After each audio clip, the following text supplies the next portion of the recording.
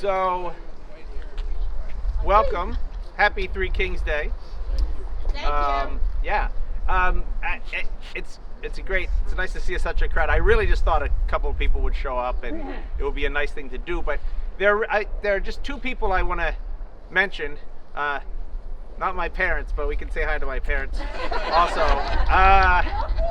And the two people are Diane Cawley and Ernie Gunn. Now, what do they have to do with each other?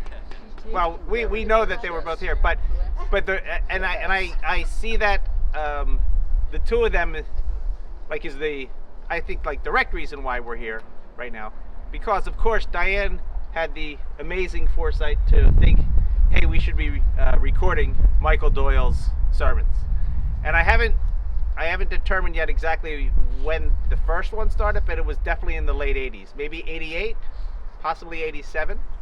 And then, so we want to say thank you to Diane and remember her, and it was a great thing that she started.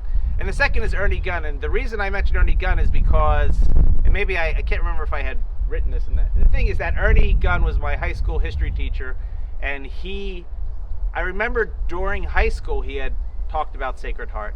He was a parishioner there, but then my freshman year at Villanova, he had, I called him because I needed help with a paper about Shakespeare, and I had asked him about maybe a topic I should pick, and I don't remember what he suggested. But anyway, in that phone conversation, he said, why don't you sometime come down to Sacred Heart? I've been telling you about this church. Why don't you come down sometime? So over the break between semesters in January of 1989, it happened to be January 8th, 34 years ago today, I told my parents, I said, Ernie, or I would call him Mr. Gunn at the time, said we should check out this church. Would you want to go? And it just happened that we just picked this day. I don't even know that there would be a special, with the coin giving and all of that kind of stuff. So once I found out about these tapes, and I'm teaching a class on the Canon 28 at Rutgers University now. Pat Mulligan said, I have all of those tapes, and there are about 700 of them. So I got those tapes and I brought them to my students, and I said, hey, here's the first thing we have to do is find January 8th, 1989. That was the first mass that I went to. And it took them a while, and they're going through all these tapes, and they finally found it. So I digitized that tape, and then I just thought, this is going to be great that all of this stuff exists. I came here once with one of my students, and I had given him a copy of the tape, and as we pulled up, he was ahead of me. He had it playing with his door was open. I was like, oh, that's a great idea. We should play this, at it. So anyway, that's the origin of today. Wow. And I guess with that, this is 30 minutes long. It's the 3 readings and the sermon. So, and I will tell you, if an airplane goes overhead, I am going to pause this. Thank you, Anthony. Yes. So, I don't know who the first reader is. The second one is Jane Luyster, that I know. Oh. Yeah. Here we go. A reading from the book of the prophet Isaiah. Rise up in splendor, Jerusalem. Your light has come. The glory of the Lord shines upon you. See, darkness covers the earth, and thick clouds cover the peoples. But upon you the Lord shines, and over you appears his glory. Nations shall walk by your light, and kings by your shining radiance. Raise your eyes and look about. They all gather and come to you. Your sons come from afar, and your daughters in the arms of their nurses. Then you shall be radiant at what you see. Your heart shall throb and overflow. For the riches of the sea shall be emptied out before you. The wealth of nations shall be brought to you. Caravans of camels shall fill you.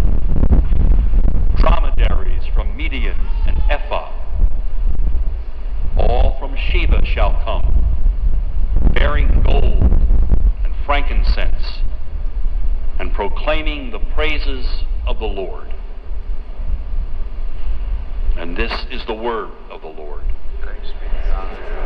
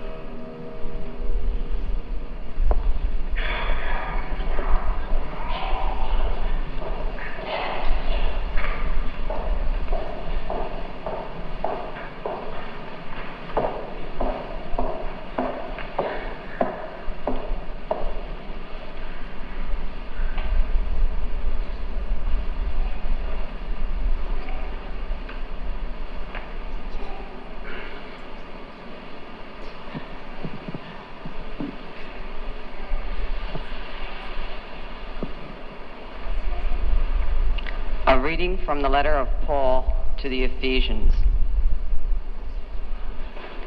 I am sure you have heard of the ministry which God in his goodness gave me in your regard. God's secret plan, as I have briefly described it, was revealed to me, unknown to those in former ages, but now revealed by the Spirit to the holy apostles and prophets. It is no less than this. In Christ Jesus, the Gentiles are now co-heirs with the Jews, members of the same body, and sharers of the promise through the preaching of the gospel. This is the word of the Lord.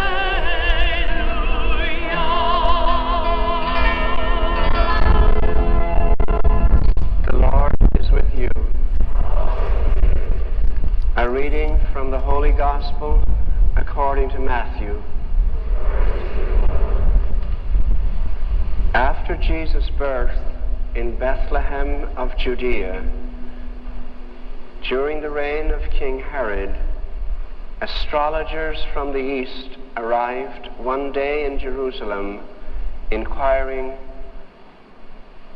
"Where is the newborn King of the Jews? We observed his star at its rising and have come to pay him homage." At this news, King Herod became greatly disturbed, and with him all Jerusalem. Summoning all of the chief priests and scribes of the people, he inquired of them where the Messiah was to be born. "In Bethlehem of Judea," they informed him. "Here is what the prophet has written. And you, Bethlehem, land of Judah, are by no means least among the princes of Judah, since from you shall come a ruler who is to shepherd my people Israel." Herod called the astrologers aside and found out from them the exact time of the star's appearance. Then he sent them to Bethlehem, after having instructed them, "Go and get detailed information about the child. When you have discovered something, report your findings to me, so that I may go and offer him homage too." audience with the king, they set out, and the star, which they had observed at its rising, went ahead of them until it came to a standstill over the place where the child was. They were overjoyed at seeing the star, and on entering the house, they found the child with Mary, his mother. They prostrated themselves and did him homage. And then they opened their coffers and presented him with gifts of gold, frankincense, and myrrh. They received a message in a dream not to return to Herod, so they went back to their own country by another route. This is the gospel of the Lord.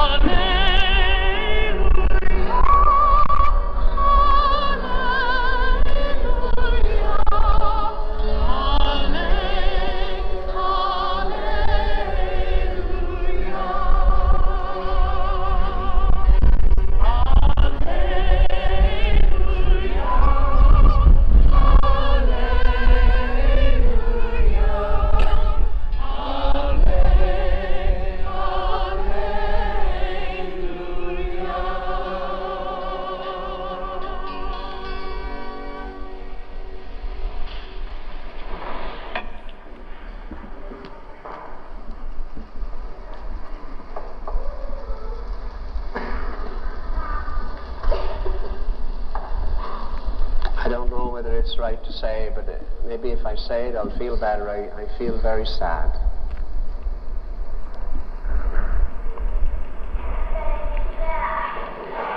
Having said that, then we gather to celebrate, and maybe we have to find, as Nick would say, lilies in the sadness. We have to sort of to lift it all up and find stars in our creeks, in our depths, in our sad spots. So many people on my little journey down the aisle in peace-giving would tell me of saddened things that I would see Maureen Cummings, and I would see her lovely face and think of the child that she gave to God just a week ago, and the beginnings, the star at its rising. And Rose Nevels would introduce me to her friend who just buried his daughter, a little girl. And Sister Peg would introduce me to Sister Margaret Michael, who just buried her mother. And there's so many, and we all of us, as a Sacred Heart family, buried Nick yesterday. Blanche Coons tomorrow. And in every heart there are spaces and places and ponds of sadness, and so maybe that's where we have to find stars, and maybe not as the three wise people on their road looking up to find their way, but maybe we're looking down and finding the reflections of stars in the deep places in our hearts, and once seeing them to be glad and rejoice. The other night, 2 nights ago, I had to go over to Tony Virgilio, and alone now, having buried his mother in the first days of December and his brother in the first days of January. So I went over there, and when I came to the house, it was in total darkness.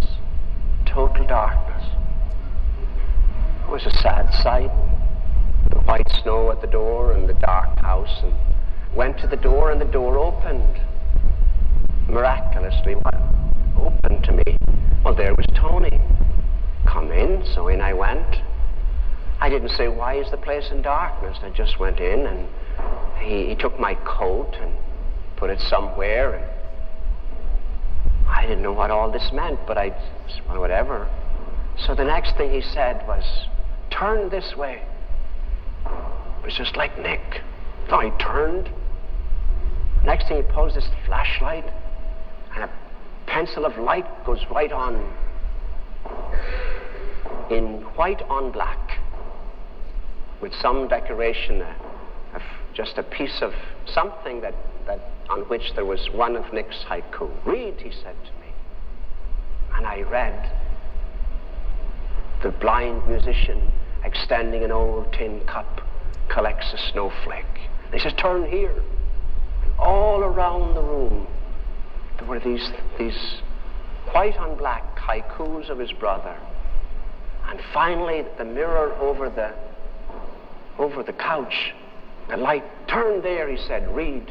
And I turned, and there in the mirror was Lily, out of the water, out of itself. In the mirror, the perfect place, the genius of these Virgilio boys, the depth that was there.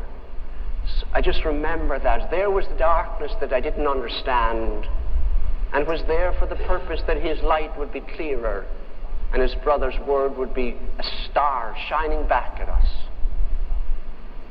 So God was telling us something. To face the darkness and go right in and see what happens. And what happened was good and holy and beautiful and memorable. It was a happy journey for me through that darkness. Life then today on this Epiphany, we think of journeys. We think of those kings on the road in the confusing sands of desert where signposts never exist, where there's no place to turn, and no, you don't turn at the Sunoco station. Maybe you do today, but in the days of those kings, there was no oil in the Middle East.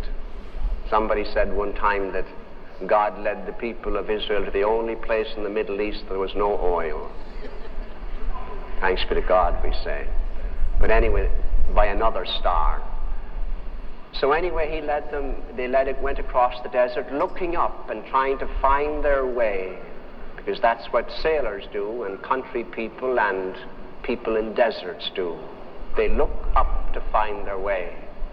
There's a story about, ridiculous story, but maybe we need some, about the kind of happy man that was in the middle of Chicago, and it was a great harvest moon in the sky. He looked up and he saw the moon, and he goes down the street and he meets a fellow just, going along in the city with his eyes on the pavement. He says to him, "Do you see the moon?" He says, "I don't live around here."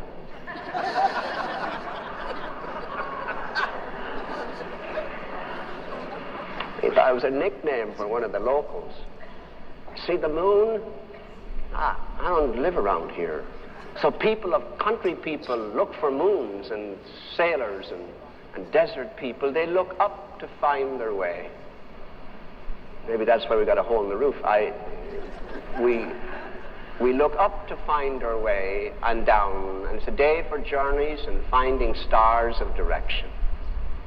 And that's the day, the kind of day it is.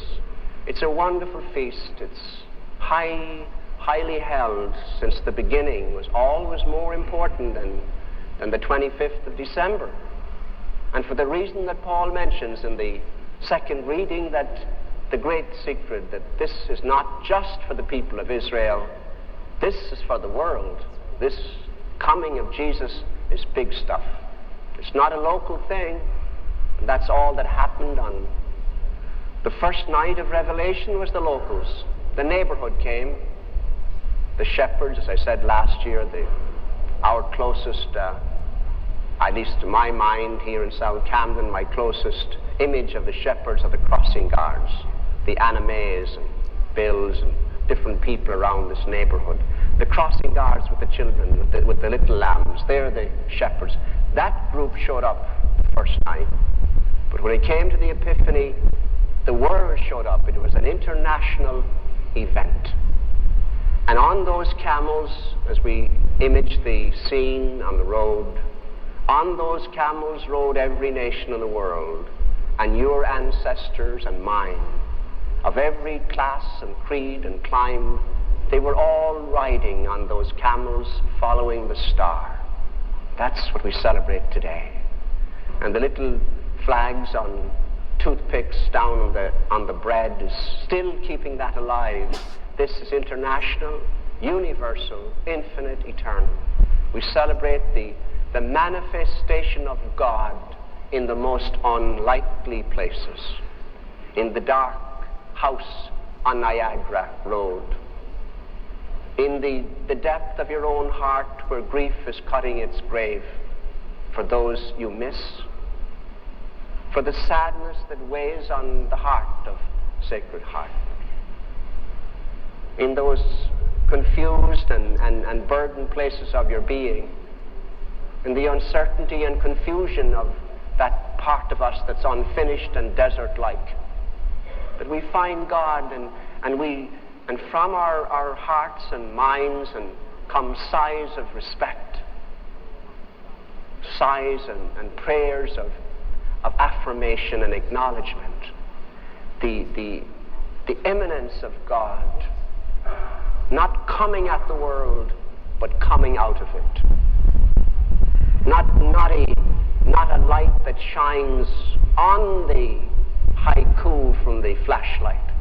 Not a flashlight is God, but the light that glows from the poem, the light that glows from your heart.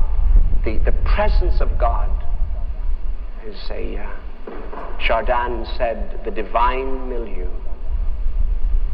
And only us and the likes of us can be conscious of the divine milieu and see God in the most unlikely places, in the least places, as the gospel says.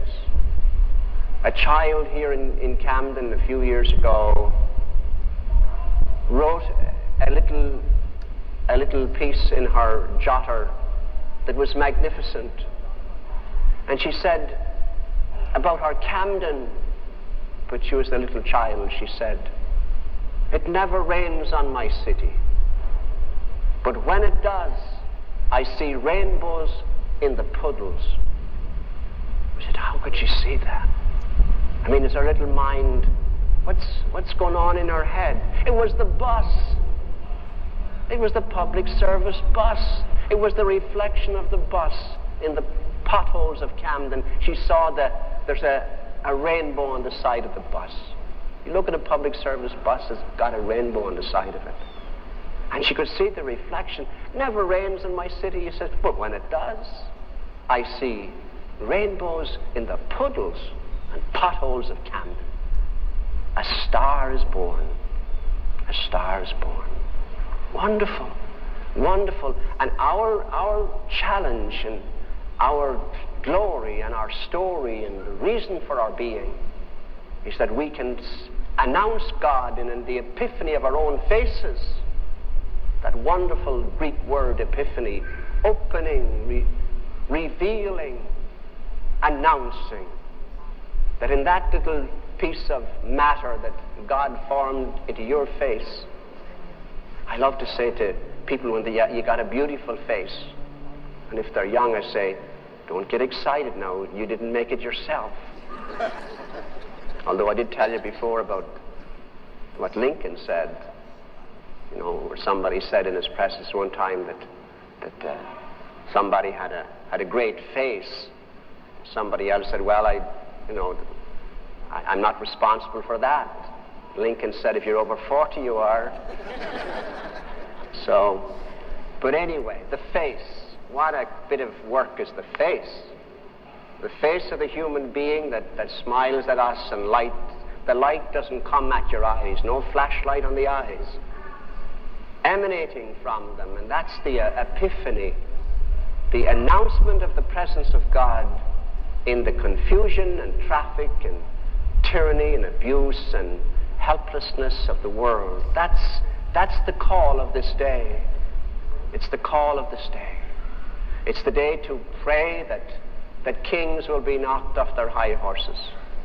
That rulers who are full of presumption and cynicism, the Herods doing a survey, God knows how often we read about a survey. How many times do you count heads and problems? Surveys are filling libraries and children are dying. So Herod says, go and get detailed information. How many times does the government send in their people into places of difficulty to bring back detailed information? Man, what good is detailed information? It was no good to Herod. His intentions were not that good. We're not looking for detailed information. We're looking for the revelation of God in human faces and human hearts and human actions and human reactions in the way we go at it.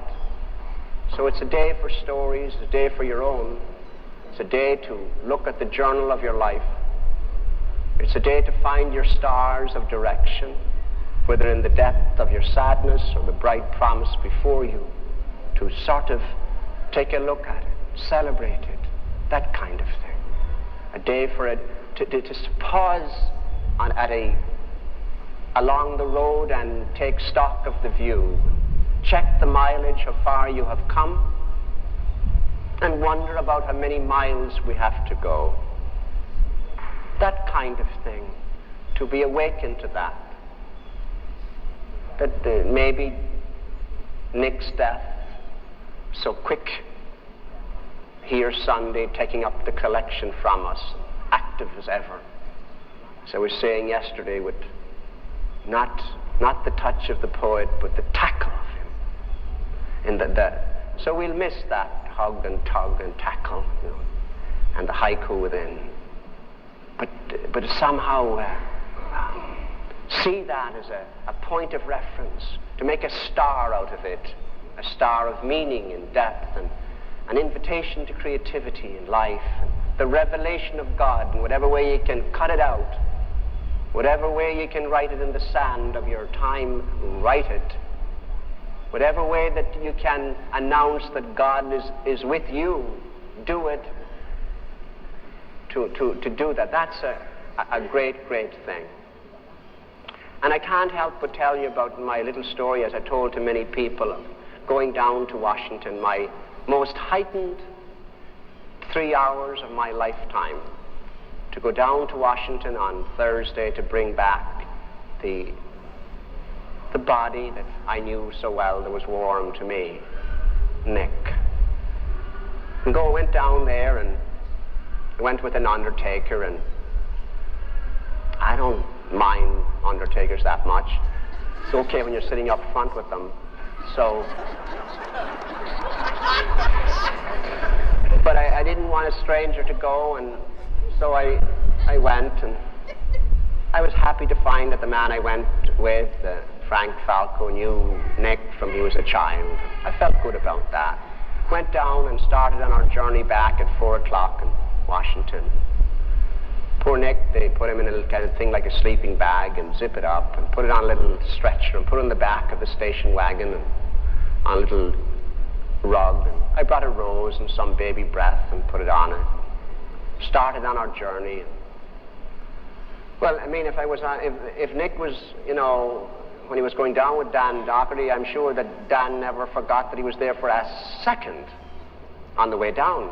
Well, I can assure you, Dan, I didn't forget for 1 second on the way back that Nick was right at my back.